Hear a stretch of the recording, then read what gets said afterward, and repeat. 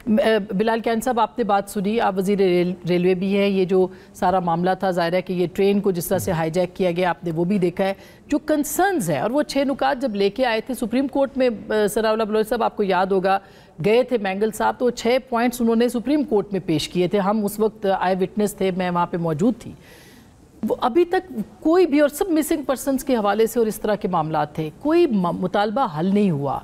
ये जो वाक़या है ये काबिल मुज़म्मत है दहशतगर्दी का, लेकिन ये आगे आपको क्या नज़र आ रहा है? ये बड़ा चैलेंज है आपकी हुकूमत जी। बिस्मिल्लाहिर्रहमानिर्रहीम। आसमा साहब बहुत शुक्रिया जी अपनी शोमत दावत देने का। सबसे पहले तो ये सनाउल्लाह साहब की आवाज़ थोड़ी कुछ समझ आ रही थी, कुछ नहीं आ रही थी, but I have the gist of, I think थोड़ा सा वॉल्यूम कर लेंगे जी।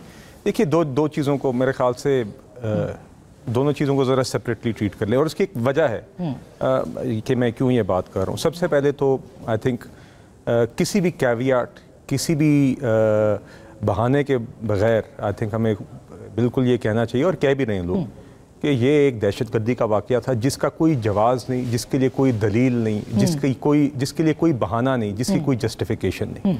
ये दहशतगर्दी हुई है जिसमें ख़वातीन बच्चों को यरगमाल बनाया गया, 21 इनोसेंट शहरियों को शहीद किया गया, 4 सिक्योरिटी फोर्सेस के जवानों को शहीद किया गया, ट्रेन हाईजैक की गई। ये किसी भी जस्टिफिकेशन इसकी नहीं है, और ये काबिल कबूल नहीं है।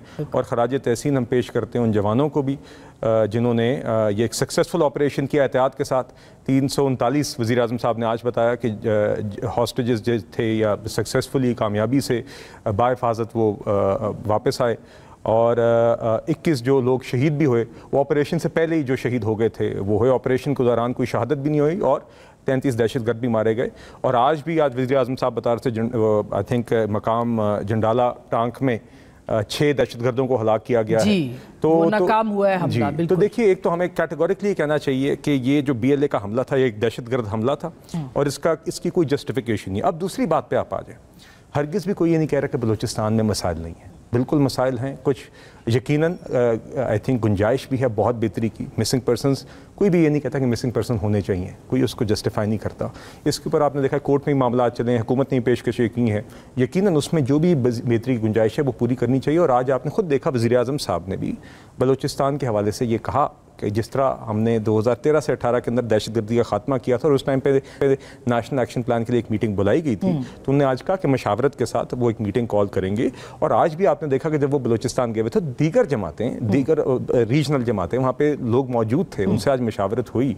तो यकीनन बलूचिस्तान में जो भी वहाँ के इश्यूज़ हैं उसके ऊपर एक सियासी डायलॉग के साथ हमें हल तो, और जितनी इंक्लूजन हो सकती है वो हमें करनी चाहिए। PTI को भी बुलाएंगे इस ऑल पार्टीज? देखिए, मेरा ख्याल है, मैं इसलिए कुछ कहना नहीं चाहता क्योंकि वज़ीर आज़म साहब ने एक बात कह दी है कि वो मुशावरत करके एक मीटिंग कॉल करेंगे, तो मेरा ख्याल है उनकी यही कोशिश होगी कि दायरा जितना वसी हो। और आपको याद होगा हमने फ़िलिस्तीन के मामले में भी दावत दी थी, और उस वक्त आपने एक रिस्पॉन्स देख लिया था। मगर साथ साथ अब मैं इस तरफ ज़्यादा वक्त नहीं गुजारना चाहता, मगर PTI ने जिस तरीके का बयानिया पिछले 2-3 दिनों में चलाया है, कुछ मौके होते हैं जहाँ पे ये बिल्कुल मुनासिब नहीं है, और ये लाइन या PTI समझती नहीं है, ये जानबूझ के क्रॉस करती है कि जब आप जवानों के खिलाफ आप एक प्रोपेगेंडा करेंगे इस तरह के मौक़ों पर, मेरे नज़दीक वो बिल्कुल भी काबिल कबूल नहीं है।